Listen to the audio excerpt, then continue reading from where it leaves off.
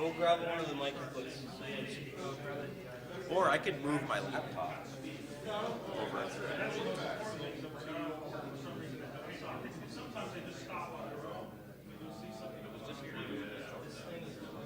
How far can I walk? I can go to here. And how far over here can I go? Like there? Okay. I'll try to stand in one place because I know it's really annoying to try to follow me back and forth. All right, well, my name is Joe Grand. Some of you guys might know me as Kingpin. Let's see. I guess I'll give you a quick rundown right now of why I'm doing this talk. I grew up in the hacker community. I've always been a hacker. And I've always been a hardware guy and electrical engineer. I was part of the Loft back in the early 90s, the hacker kind of think tank in Boston. And ended up getting sucked into this TV world and just sort of never planned it, but ended up being a TV host of a TV show called Prototype This that was on Discovery Channel, and I'll give you a bunch of details of the show. But basically, I learned a lot during that time about how to try to convey boring technical stuff in a fun way that people can understand. So we thought it would be sort of fun to give this talk and just share some of my experiences with the TV show, and maybe you guys can kind of get some ideas about little things you can do, in your report writing, in your video making, whatever it is, to kind of share the technical knowledge that you need to in a way that's kind of fun and won't turn people off. So anyway, we'll see how it goes. I usually give technical talks, so this is one I put together just for this conference. So I think it's going to be sort of fun. This is a little bit of an exaggeration, but this is what I think the security industry looked like 15, 20 years ago. And I have industry in quotes, but it's a bunch of guys hanging out doing stuff. And here's the security industry today. So you still have like all the hackers and the guys doing stuff, and then you have the guys in suits, which they're also doing stuff. You have some cool hackers. The media is involved. The internet has just totally changed the entire landscape of security. So now it's not just a bunch of guys, that are hackers that are doing stuff in their clubhouses or in their bedrooms, but it's guys that now, there's executives, there's PR behind it, there's companies obviously, running exhibits and marketing and sales. It's a real industry now. Notice the quote, the quotes are gone from here, right? So the security industry is a real industry, and you guys know that, and I know that. So it's sort of, you have this diverse collection of people now. It's not just technical people talking to technical people, or it's not just guys in suits talking to guys in suits.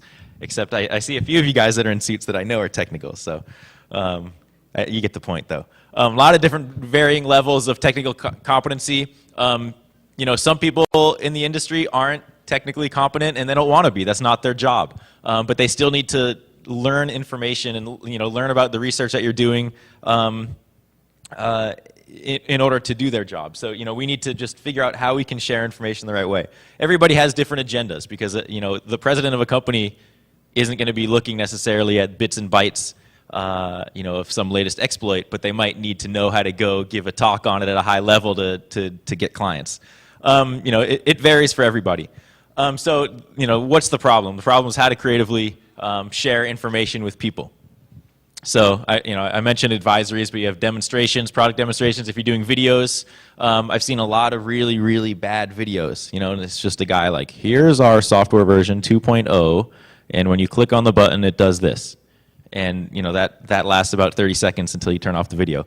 So if you're doing videos, you don't need like crazy video skills to do some fun stuff. Maybe talk about software functionality, if you have to explain bug fixes to people, who knows, whatever it is. You just need to tell a compelling story. So this is sort of my example and what I learned about how to tell a compelling story through Prototype This. And this was something that, so I mentioned it aired in October 2008 in the United States. It's basically 4 guys building prototypes of crazy things, and I'll run through all of that. Let's see. In February 2009, it just started airing all over the world. And it was made by the same production company that made Mythbusters. And they sort of had this idea of like, oh, okay, we'll just throw some guys in a room and start filming them, and we're going to have a hit show like Mythbusters. And obviously that didn't work. We were very well received. We had about 1 million viewers per episode, which I think is a lot. But we weren't this instant hit because we weren't weren't marketed properly, first of all, but second of all, it just cost too much money and it took too much time to make each episode. So there was already this misconception right when the show started about how easy engineering was or how complicated engineering was, and I'll get into that. And that's why there was this battle between engineering and production, which is what forced us to kind of come up with these creative things. And you'll see there's all sorts of similarities to what I was fighting in this and what you guys probably have to deal with, in a corporation.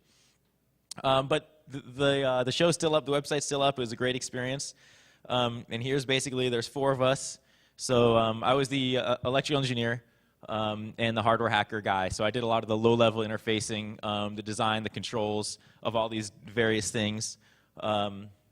My son, who's 5 months old, just a few days ago, happened to make a cameo appearance on the last episode, which is airing later this month. We have Zaz Brooks, who is a robotics guy, software programmer, just insane software hacker from MIT.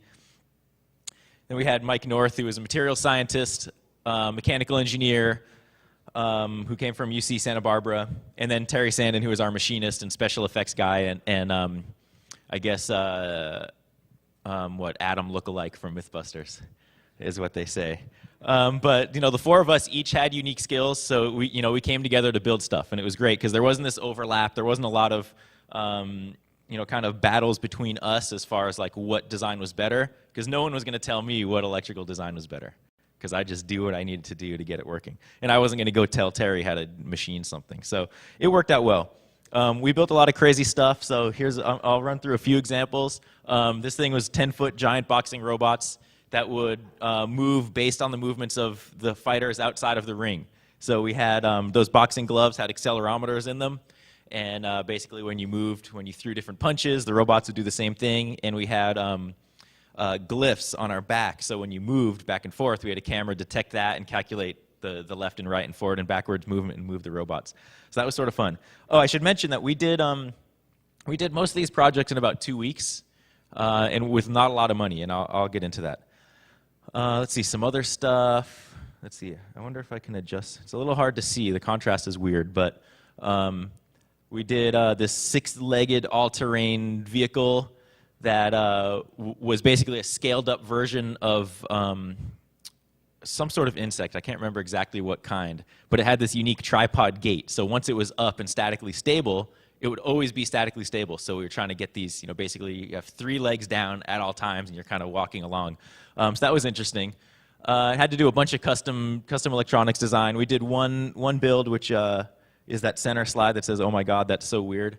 Is this something we called the virtual, we called it the Sea Cave, but the episode was called Virtual Sea Adventure, and it was basically this virtual underwater environment where you're scuba diving, so I'm completely immersed in water, and there's a projector around you, a dome projection screen, and then you're basically controlling a remotely operated sub in a shark tank somewhere else.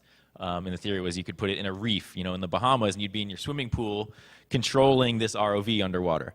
So that was totally crazy. Some firefighter projects we did.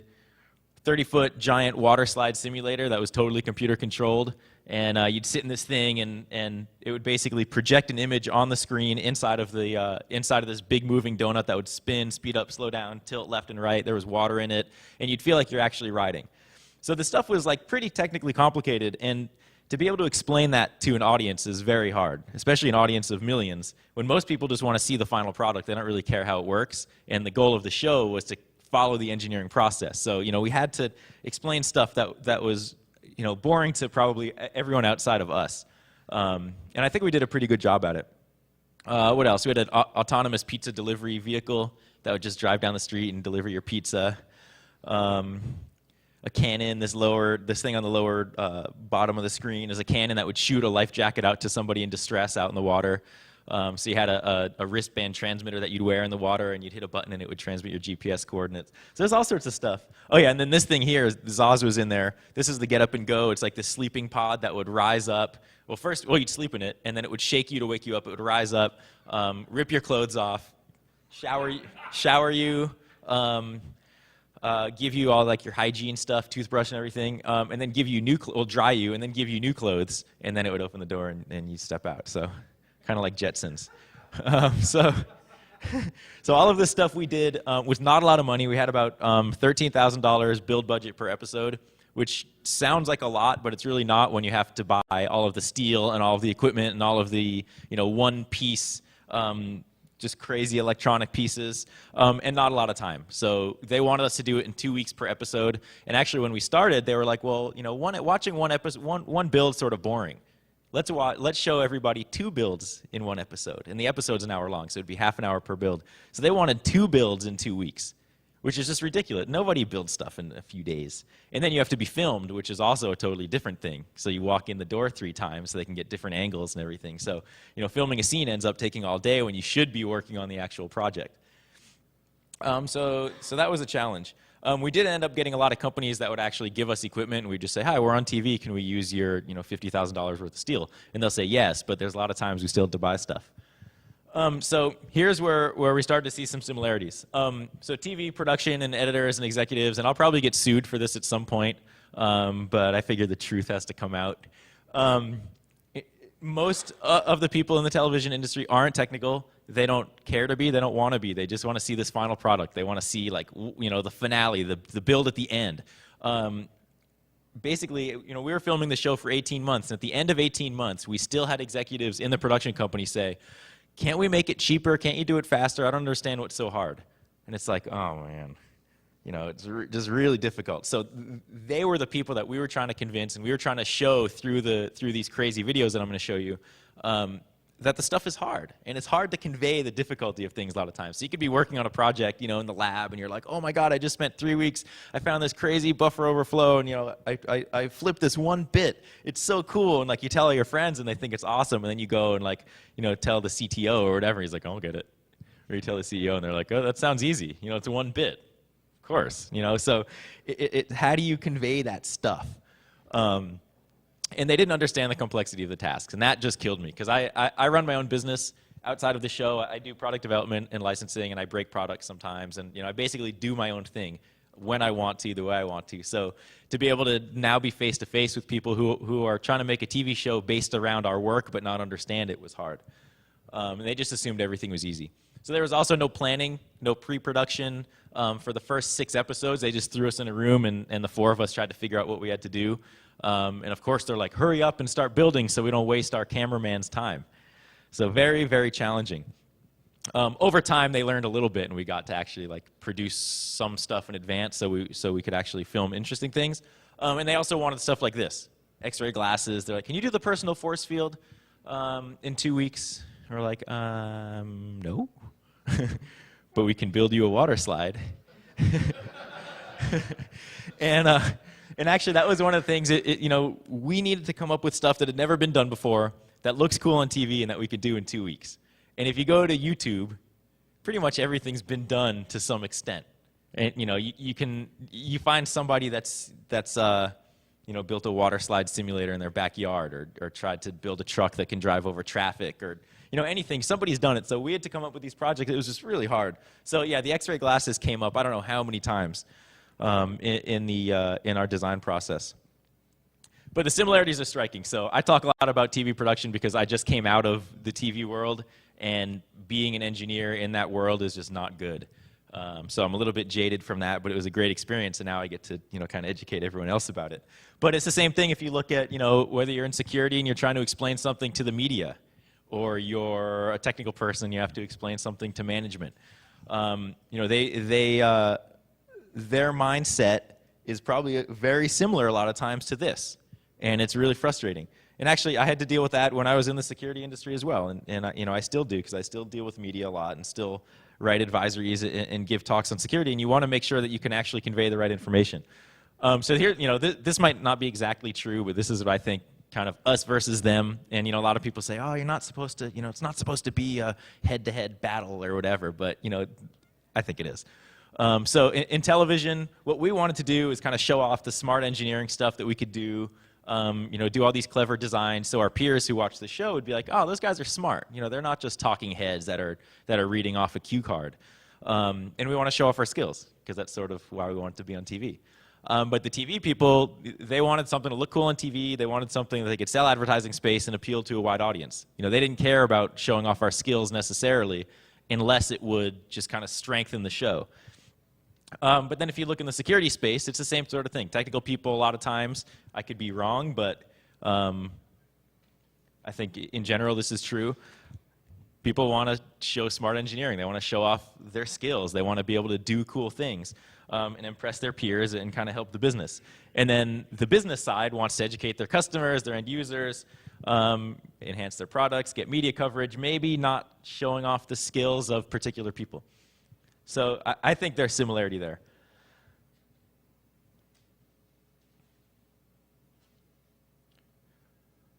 So this is kind of, if you take nothing else out of this other than this slide, you've heard the whole thing, can't see the forest for the trees, and I think this is true, and I struggle with this every day. As being a technical person, I want to share every single detail with everybody, but that doesn't necessarily help you, and sometimes it hurts you when you're trying to actually convey things to people that don't care about the technical information.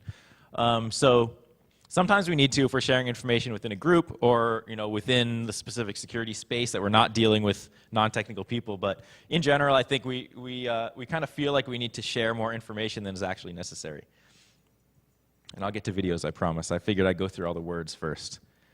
So the thought process that we went through. So when we started filming the show, they threw us in the room, and let's see, the first build we did that will probably never see the light of day was this unstealable bicycle. And it was this bike that basically had all these different sensors and alarm systems, and you'd lock it up, and if a thief stole it, it would, they're riding away, it would lock the steering, lock the brakes, they'd lock their feet in the pedals, the guy would fall over.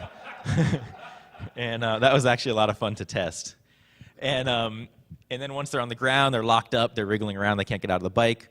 There's a GPS and a cell phone module that would call the police and send a text message to the owner and with the GPS coordinates, and then also use speech synthesis to tell the police, the bike is stolen and it's at these coordinates.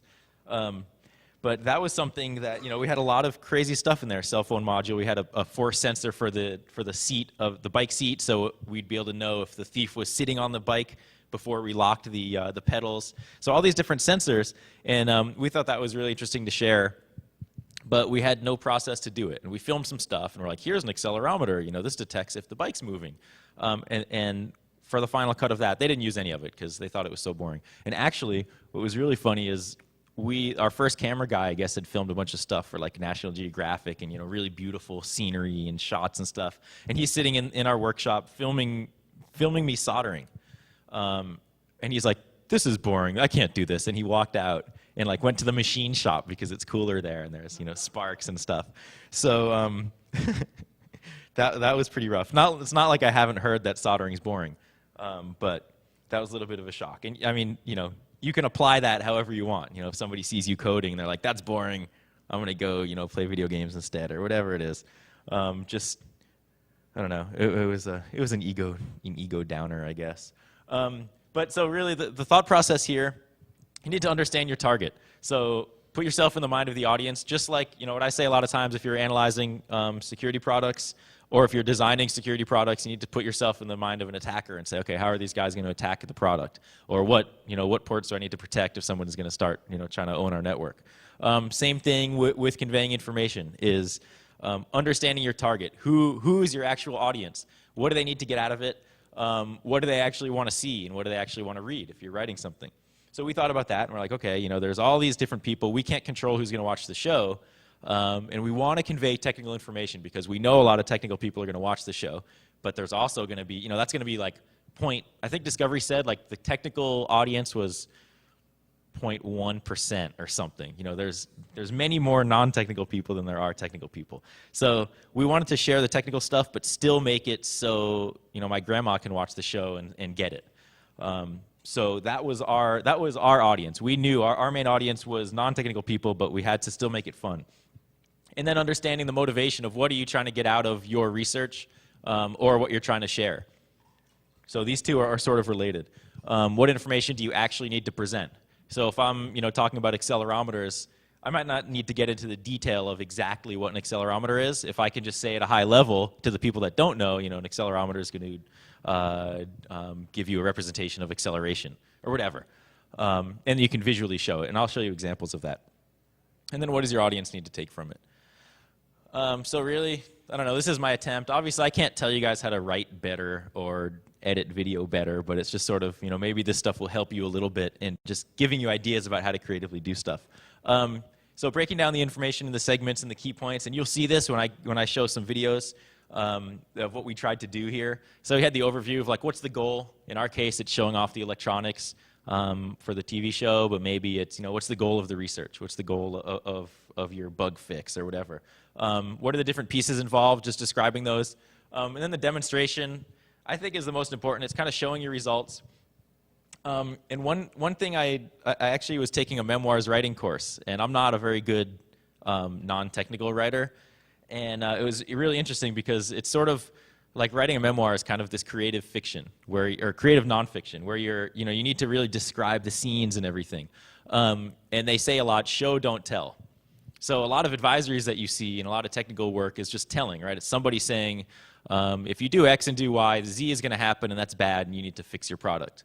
But if you can show, and you're explaining, say, to the media, and you might say that, and they're like, great. But if you're like, yeah, okay, well, imagine this guy, he's sitting at his computer, and he sends an email to your mom, and your mom says, oh, that's a great email, and clicks on it, and then this window pops up, and she does this, and kind of paint them a story about what the research is good for, and what it can do, and how it can own your machine, or just something to make it a little more visual and exciting. Then I think they'll get it more, and they'll be able to share that with people. Because if you go to your mom and say, yeah, I found this awesome bug, if you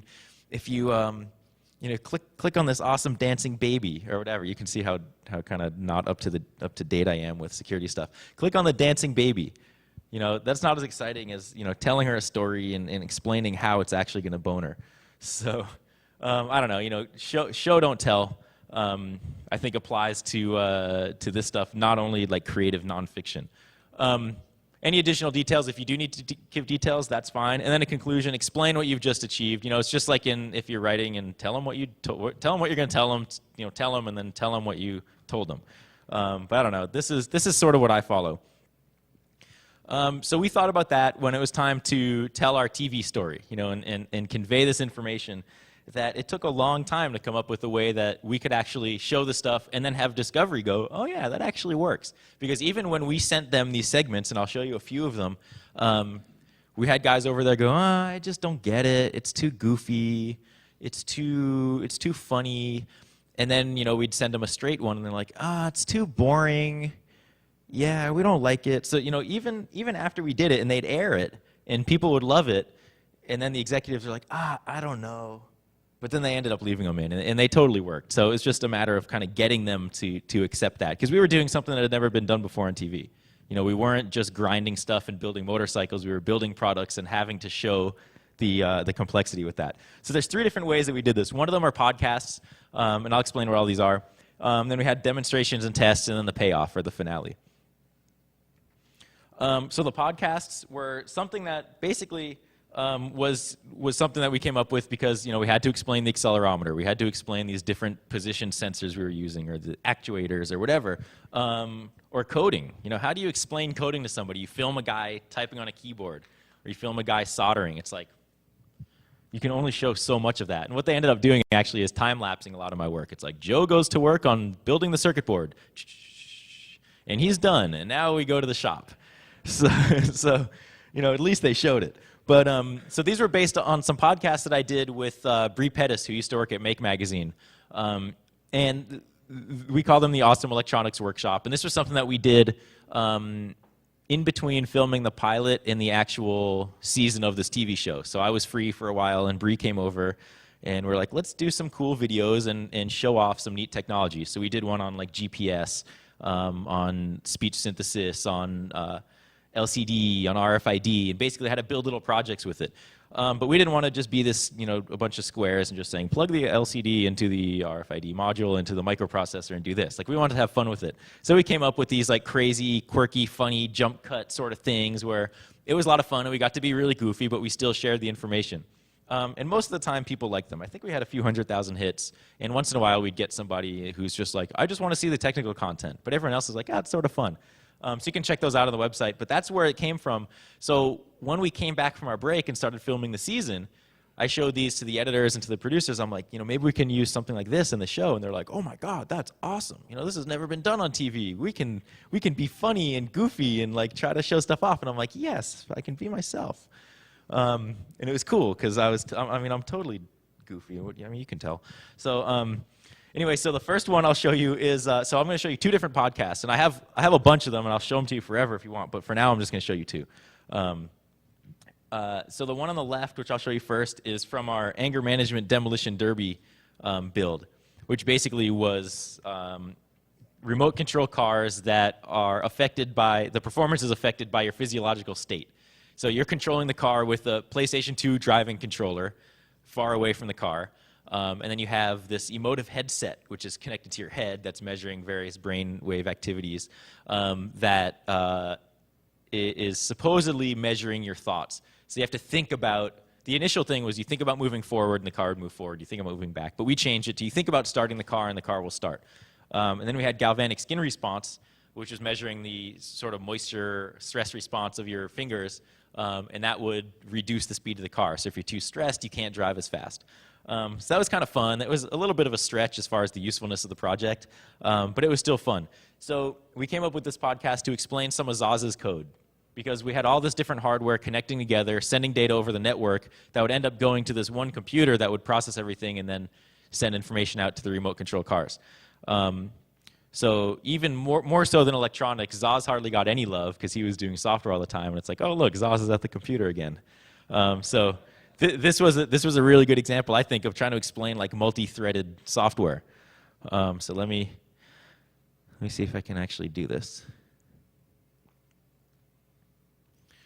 This will be...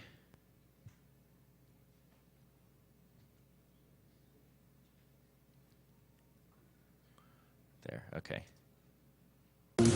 Right now, Zaz is coding. It might look like he's just playing around on the keyboard, but he's actually writing specialized programs that are going to tie all of these different parts of the build together. It's pretty complicated stuff. So for a little better explanation, some more detail about how everything really works, I present to you the Codemaster. There's a lot of custom code that has to be written to get this anger management system to work. That's why you see me typing all the time. Code is a written set of instructions that tells a computer what to do, and I'm the one that has to write it. My code is made up of threads. A thread is like a little program that runs inside a larger one. There can be a bunch of threads, like Joe here, but they all run independently to perform a specific task. In this system, each car is controlled by 4 threads. A game controller thread, which takes data from the steering wheel and pedals. A biopack thread, which reads the driver's heart rate and perspiration level to regulate the car's performance. An emotive, or mind control thread, which controls the car's transmission.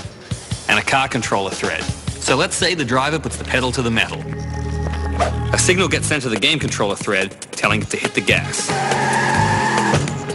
At the same time, the biopack thread is also getting data from the driver's body, measuring heart rate and perspiration or galvanic skin response. At the same time as this, the emotive thread processes events from the emotive system and decides whether or not the car should be put into forward gear.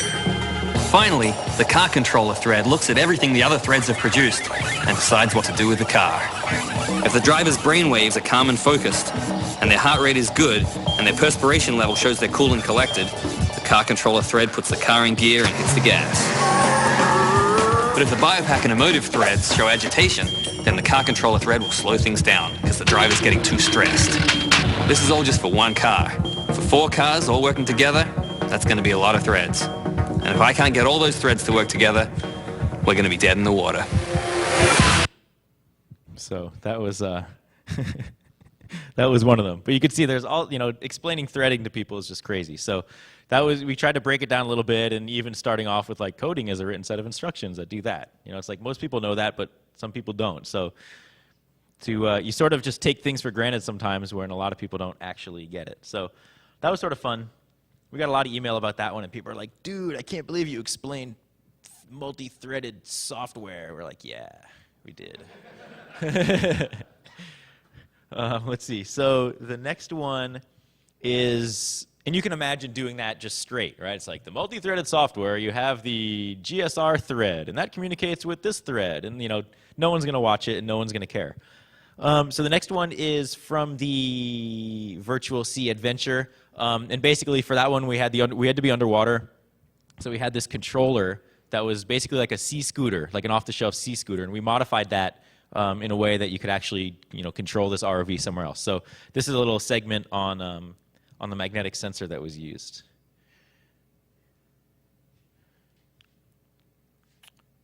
Here it is. Oops. It'd be nice if it opened in the same window. But it did not. Okay. Normally, control would come from a joystick, like you use in your basic video game. But most electromechanical devices don't do so well underwater. So I've come up with a solution. Using magnetic position sensors. So I got the magnet, and I got the sensor. Pretty small, huh? Well, size isn't everything. It's how you use it. This nifty device can measure a magnetic field and determine the position of the magnet in proximity to the sensor. As I move the magnet over the sensor, the output voltage of the sensor changes depending on the magnet's position. That voltage change is represented by the dot on the oscilloscope. See? It's moving. Cool. Simple translation? It's just like using a joystick where I can move up, down, left, and right, but it's completely contactless. And once I seal up the sensor, it'll work underwater. Now I have to figure out how to control physical objects with it. So Joe creates a playful test Oh yeah. to show us how his controls work. I have the sensor connected to a microprocessor that controls two motors, the X and Y axes of the toy. So when I take my magnet and hold it over the sensor, I can draw pictures, just like I was using a joystick. Cool. But this is all just child's play. What I really have to do is take the sensor and the electronics and figure out an interface to control the ROV. And while Joe ponders Yeah, so that was that one. So it's sort of explaining stuff, and a magnetic position sensor nobody really cares about, but I thought it was like super cool, basically because you can use it in all sorts of environments. So it was like, but basically instead of using the joystick, which doesn't work underwater, you have this, and it works underwater. And that might be all that people take out of it, that you're using some sort of magnet to control something, but that's better than having them take nothing out of it. So I don't know. I thought those two are sort of fun. Where's my mouse? Here it is. So the podcast, we tried to have at least, I think Discovery had actually mandated for a while that we have 2 podcasts per episode, and that was like a huge win. It's like, oh my God, they want us to use 2 of these things. So we tried to have 2 per episode, which is really cool. And basically all my work ended up being in podcasts, which was fine.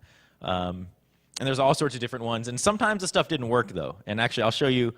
I won't show you the podcasts that didn't work, but I'll show you some demonstrations that didn't. So demonstrations are another way that we can do things. And the podcasts were sort of these self-contained segments where they'd show a lot of building, and then it would be like, let's go to the lair, which is our electronics lab, and see what Joe's doing. It was a little self-contained. But the demonstrations were things that we actually used as milestones along the way. That might not be just related to electronics. They might not be just related to mechanical things, but it's like, okay, we're building a personal airbag system that will detect if a person's falling from a height of 30 feet or more and deploy an airbag. So one of the tests was, okay, let's, we have the electronics done. Let's test our free fall detection system and see how it works. So instead of just sitting in the lab and saying, okay, I'm going to drop this box and see if like the light turns on or whatever, we actually came up with this system to use an airbag and our electronics with this big box filled with popcorn and just show what happens. Because we didn't, as engineers, we didn't need to do this, right? But to the audience, to kind of share something fun, we needed to do that. And this was sort of the heart of the show, is doing these demonstrations. Sometimes they didn't work because we'd try crazy things. And I'll show you a few of those that they didn't use on the show. But sometimes they did. And just to make stuff fun. So let's see. The first one I'm going to show you is is for the wearable airbag episode. Actually, I'm going to show you 2. So the first one is, so of course we had to do some research first. And most of the time if you're researching, you're in your lab or you're at your desk doing research. But we needed to show our research to explain why we're doing research and why we're doing the build. So this first video is some research on airbags. And we had to show why we couldn't just use a regular car airbag deploy and to save you as you fell from 30 feet. Right? It's sort of like we knew that we couldn't use an airbag, but everybody, the viewers, are going to say, oh, well, these guys are building an airbag. Why don't they just use a car airbag? So we had to show why you can't. So this might be, you apply this to security, and it's like, well, why can't you change the reset vector? I don't know. Well, let's see. Anyway, so we had to do our research, and here's what it looked like. 3, 2, 1.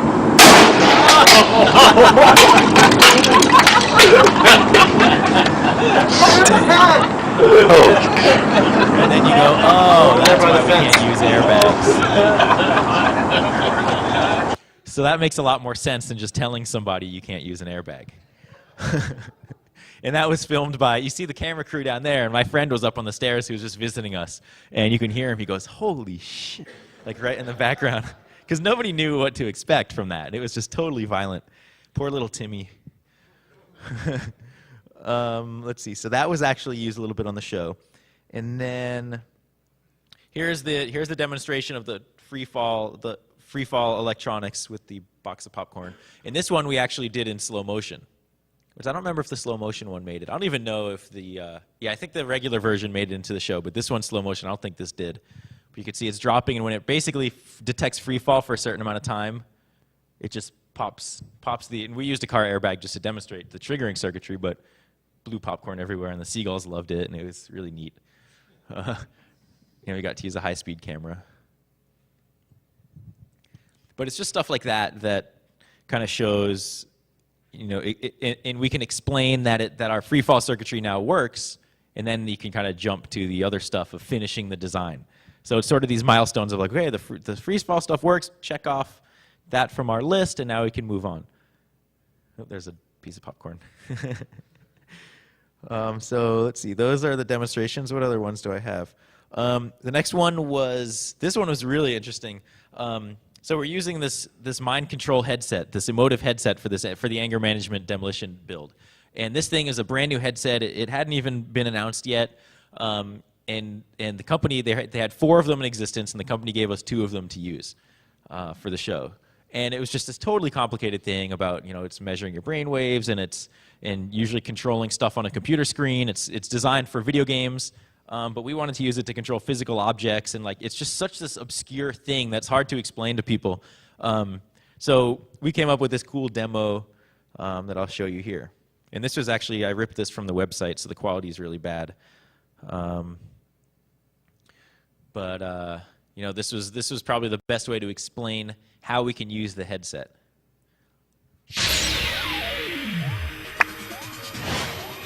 Until now, the emotive headset has only been used to move objects on a computer screen. But Zaz has created a test to see if the thought-reading headset can be used to move a real object, a variation on the classic psychic spoon-bending trick. Here's how this test is going to work. I'm going to be concentrating with the emotive controller to push that cube on the screen. When I push that cube, it's going to send an event to my code, which is going to send an electrical signal along these wires, which is going to talk to this servo controller, which will turn on this E-switch, which will send power to this actuator, which will bend this spoon. The good old spoon bending test. Enable power. All right, you're good to go. All right, spoon, prepare to get bent. The headset is picking up electrical signals from Zaz's brain that are fed into the computer. And when he calms himself enough and concentrates, the computer triggers a motor that pulls down a wire, bending the spoon. That spoon looks bent. Uri Geller, eat your heart out. Your powers are strong. Spoon conquered. And he actually was really thinking about it and stuff. And most people are like, yeah, right, whatever. But I thought the same thing until I tried it. It was totally cool. But of course, you gotta bend the spoon when you're dealing with mind tricks, and that one went over really well. Because otherwise, it's just like, there's so many obscure topics, and you can choose your own obscure topic to apply to this. So another one was, let's see, the what do they call it? The Gecko Superhuman Suit. And this one hasn't aired yet. I think it airs. So one episode airs tomorrow. There's 3 more to go. One episode airs tomorrow, and then a week from then, and then a week after that. So this one is the Gecko Superhuman Suit, which I think is not this week, but next week. So I'm going to show you stuff that will never see the light of day. This was something where we had to, basically this Gecko suit was an attempt to enable a human to climb up a vertical surface. And we had two different versions. One was climbing up smooth glass, and one was climbing up rough surfaces. So I'm not going to give anything away because the episode hasn't aired. But what we wanted to show is like, well, maybe you could just use suction cups, right? And like climb up a smooth surface. But suction cups don't really work because you can hang, but then you can't pull it back to move up to the next one. So we just came up with this really stupid idea of like, putting suction cups on somebody and seeing if that would work. Which it didn't, but this was actually more fun. And this is also like a really good stress reliever. This thing here. I guess you got a camera out here too. That was Terry. I don't Remember. and they're filming this, we didn't know if they were going to use it or not. Better than climbing Hey, anybody? You can hear me laughing. I've got a great idea for a film. This is like anger management at its best. I'm pretty sure. Be careful now, guys. So, what's that? Yeah, right. Actually, that was Terry. So there wasn't a lot of machining for him to do on this part of the project. So we figured he actually volunteered for that one. But this was a demonstration where we didn't know if they were going to use it or not. Actually, we didn't know if they were going to use anything we ever produced. So in this case, they didn't use that. But I use it all the time because I think it's funny. So sometimes you're trying things that have never been done before, and they don't go over so well. So that's when you're taking a risk, sometimes you lose and you end up with things that you can't use. But I think it's better to take the risk and do some things that maybe are a little bit non-standard and just see what happens. So apply that to writing advisories or producing product videos or whatever.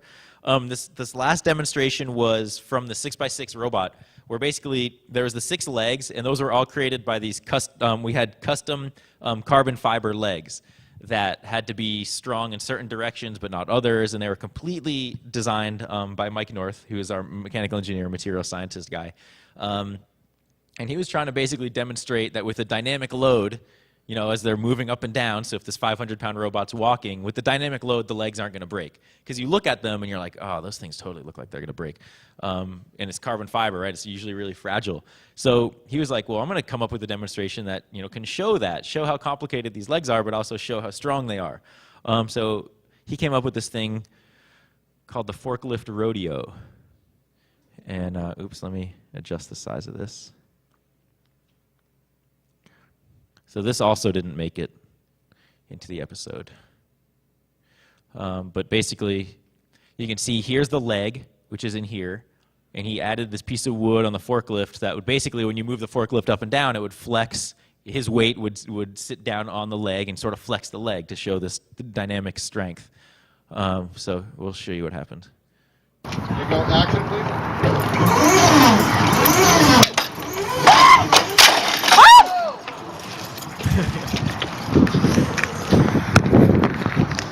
So, meanwhile, I'm upstairs laughing my ass off. And so, yeah, some tests don't go so well. But, in concept, that worked, right? It showed the flexing of the leg. So, demonstrations, kind of, fun stuff to prove a point. Actually, that was so I put up a bunch of videos on YouTube, but not that one, because I figured, I'll let Mike put that one up. Because that was just so, yeah. He was hurting for a long time with that one. But, showing milestones, so maybe if you're, working on some midterm report or, mid-quarter report or something, you want to show something fun, either write something or make a video or I don't know. Let's see. And then, so the payoff, we had this final thing. The goal of every episode was to show the final product, show the payoff. What exactly did we do? Why did we do it? Did we do what we set out to do? So we'd have to prove that. Most of the time the episodes worked, sometimes they didn't. And, but of course that's how it goes with engineering, and that's how it goes with everything else, right? It's like you try something and it might not work, but you still need to document the process. And a lot of times the fun, and especially with this show, is going through the process. So if you're writing something or you're explaining something to somebody, you still want to show them the process, because that's where you learn a lot from that process. This quote I saw that was etched into the side of the Computer Museum in San Jose from Gordon Moore. If everything you try works, then you're not trying hard enough. And that's something that, oh yeah, I should mention too, geez. At the beginning of the show, the producers would only want us to build stuff that we knew would work. So, besides all of those other constraints, it's like, well, is it going to work? I don't know. Okay, so don't do that. When our first failure happened, I won't tell you which one in case you guys haven't seen it, but when our first failure happened, Discovery was like, oh my God, how are we going to cover for this in the episode? What are we going to do? And all of the hosts were like, well, just show them that it didn't work and like explain that it didn't work. But still, we did really cool stuff along the way, and we're still going to show that process. They're like, oh no, that's not going to work. And the editors were like, oh my God, we're so screwed. But I sent them this quote, and I'd seen that just recently, so it was sort of timely. And I sent them that quote, and then they start editing stuff together. They're like, yeah, it actually does work. It's okay if the project fails. We're still showing them things that that the viewer needs to learn. So that was sort of cool. It's like that, kind of changed their mindset a little bit. And just driving home the final point about what needs to get done. So let's see. Yeah, this is my conclusion slide. Again, I'm talking just about TV here, and I show some really silly examples that are video-based, but you can, maybe get some ideas about how to just make your writing more fun, or your website more fun, or your blog more fun, or maybe videos if you're doing videos. I think videos help a lot to be able to convey information, even if it's supposed to be, you're trying to explain a buffer overflow. You can do it in a lot of really cool ways with video to explain a concept that most people wouldn't normally care about. So it might be fun to try some of that. And you can see, like, this stuff was all professionally edited, but you don't need to be a professional editor to, cut stuff together. So basically, understand your audience and present accordingly. So, if you're writing something for your CEO, don't write it like you're writing it to, your lab partner. One type of writing doesn't always work. One type of video doesn't always work. You have to understand your audience. Break down the information into bite-sized points, these little chunks. Sort of like the Sea Cave podcast. It's like, we have the magnetic sensor. We're going to use this to control the joystick. The joystick, the regular joystick is used to control video games. It doesn't work so well underwater. Just these little points. And people are like, oh, yeah, you're right. And then using graphics, video, audio. And again, yeah, don't be afraid to try new methods of explaining your work. Chances are it won't get you fired if you do something a little controversial to, a little more fun. If it does, just don't come chasing after me. But when we were filming this stuff, we had no idea if the network was going to like it. We had no idea if the audience was going to like it. But we just did what we thought would be a good way to show our work. And most of the time it worked. So I thought it was sort of cool. That's it for me. If you guys have questions, you can email me, or we have a few minutes if you want to ask questions here, if you want to see more videos or whatever. I'm happy to show you. Oh, and also I'm going to mention this, a little plug. I run a charity called Kingpin Empire, there's a desk outside right near the t-shirt booth. That's basically collecting money to donate to various hacker-related, technology-related, health-related charities just to help out the community. So all the money from t-shirts and stuff go to the charities. And there's a flyer out there, you can read about it. So go check it out. But that's it. So any questions? No questions? There's a question. Two questions. Yes. There's a fair amount of thrashing that goes on beforehand before you actually get to the point where you have something to present. So did they really film you going through the whole process, or did you build a bunch of stuff first and then you kind of recreated it for the camera? Right. So the question was, there's a lot of real work that goes on that sometimes isn't always shown. Thrashing around. Rob and I did a hardware hacking project once, and there's a lot of stuff that goes into it before you write the final report. So did they actually film all of that? Sometimes, yes. But they'd basically only film stuff if I go to them and say, okay, I'm about to rip this thing apart. You want to film this because something might happen. But most of the time, they're like, rip it apart, get it to the point where you can explain something. So for like the circuit design, when I was designing maybe even building the prototype for the demonstration for the podcast, they didn't film that because they just wanted to see the final sort of product of moving the magnet over the sensor. So they didn't always film everything, much to my chagrin. I thought they should have, because I think it's exciting. But they did film a lot more of the cutting and grinding and welding than this stuff. So we had to kind of fight to get our stuff shown. There's another question. Yeah, I was trying to understand the kind of like the dynamics going on. I think the production company doesn't understand what makes a success. Yeah, that's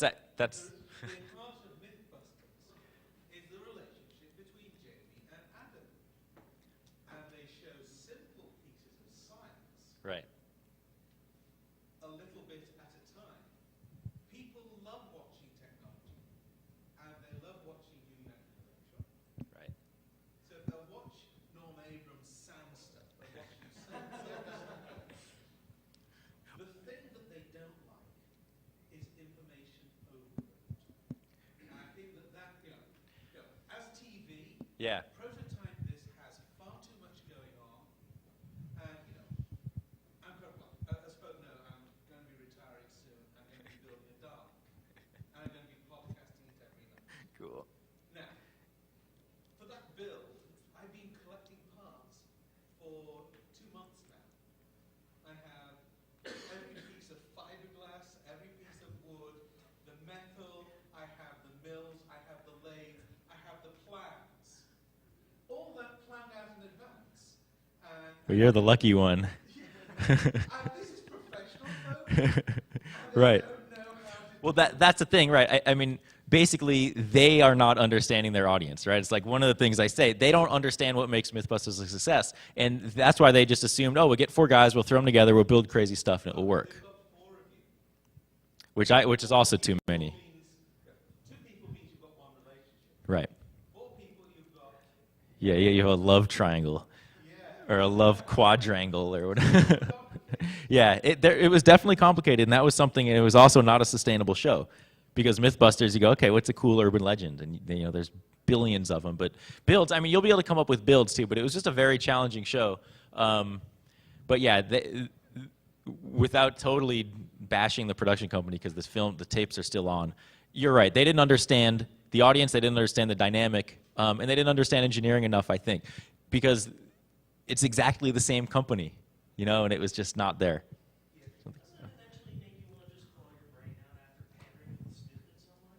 Yes. I was very relieved when I found out that we weren't doing the show anymore. It's a challenge, and people have to deal with it all the time. Luckily, I don't, because I work on my own. But there's people that have to deal with this type of whatever idiocracy or whatever you want to call it every day, and they want to claw their brains out. But to a point, we knew that we had something special, and we could kind of share our passion with the world. And it was like, well, I just wanted to get an entire episode done so I could have the DVD set. And I was like, okay, I'm going to suck it up and do it and fight with these guys. And, maybe I can impart some knowledge on them, and maybe they'll get it, and maybe we'll be able to share stuff with people. And the TV show actually, spawned some of the audience I got emails from. They're like, oh, my God, you made engineering fun. I'm going to go be an engineer. And it's like, that's cool. So you deal with a bunch of idiots for a while, but then you get people that are actually, their life is changed by it. So there was definitely good that came out of it, but it was a learning experience and it made me think about the work I do and how I can just share it with people so they actually care. Any other questions? No? Good. All right, that's a wrap. Thank you.